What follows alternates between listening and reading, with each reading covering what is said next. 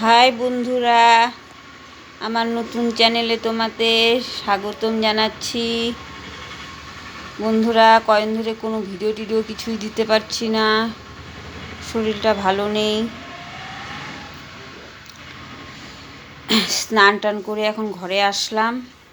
আজকে তোমার দাদাভাই সকালবেলা পুজো দেয়, আমি আজকে আবার পুজো দিলাম। সকালবেলা দেরি হয়ে গেছে এদিক ওদিক করতে করতেই, তো ছেলেকে স্কুল নিয়ে যেতেও দেরি হয়ে গেছে।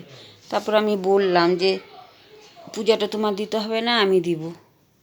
ওই পুজো তারপরে দিলাম। আসো দেখি দোকান ঘরে যাই। এই যে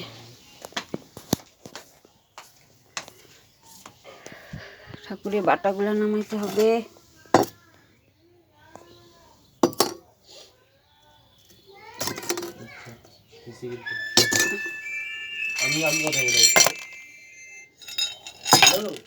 আজকে মঙ্গলবার, তাও লাড্ডু কিছু আনারই সময় পাওয়া যায়নি।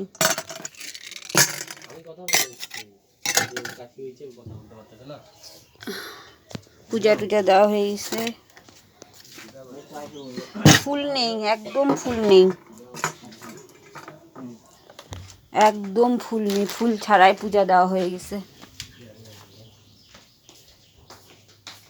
ফুল ছাড়াই পূজা দেওয়া হয়ে গেছে। আর জানো, গাছের মধ্যে এই 3-4টা গাঁদা ফুল ফুটছে, দেখো দেখাচ্ছি।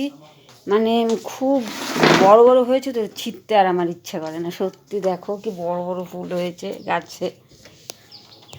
এই যে এই দেখো গাছে ফুল বড়, কি সুন্দর ফুল আমার হাতে গাছের। এই যে একটা, এই যে একটা, এই দেখো, দেখেছ? এই দেখো,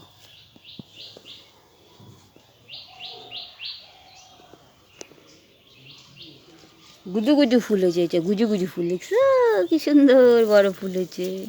এগুলো ছিঁড়ে পূজায় দিতে ইচ্ছা করে না।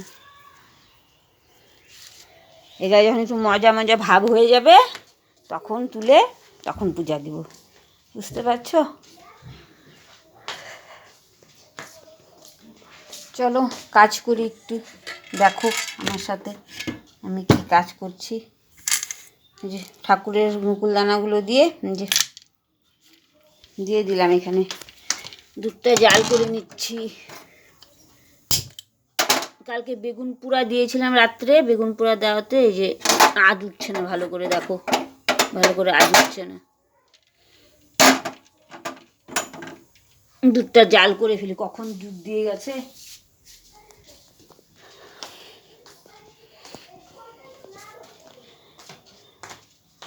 টিভিও, ছেলে স্কুল গেছে, ছেলে স্কুল গেছে, ওর বাবাও কাজে গেছে। এখন আমি আর কি করবো একা একা। টিভিও দেখার নেশা আমার সেরকম নেই, টিভিও আমি দেখি না। ওই রাত্রে ছেলেকে পড়ায় উঠে এই 8টা 8:30 থেকে তখনই একটু দেখি। তাছাড়া সারাদিনে আমি একা থাকলেও টিভি দেখি না।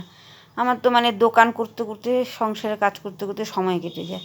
টিভি দেখার নেশাও নেই আর ইচ্ছেও করে না।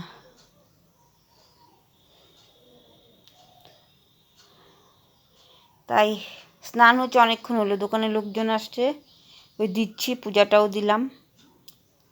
যাই হোক, অনেক থেকে ভিডিও কোনো কিছু বানাই না কতদিন ধরে, শরীরটাও ভালো না, সময়ও পাচ্ছি না।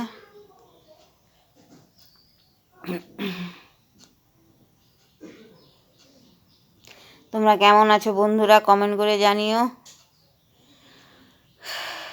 তোমরা কেমন আছো কমেন্ট করে জানিও।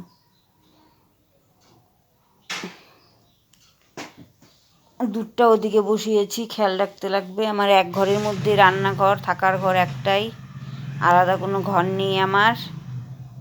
কবে যে হবে আমি জানি না। আমার শখের মতন একটা রান্নাঘর খুব আশা, এখন জানি না কবে হবে। একটাই ঘর হয়েছে, একটা ঘরের মধ্যে সব।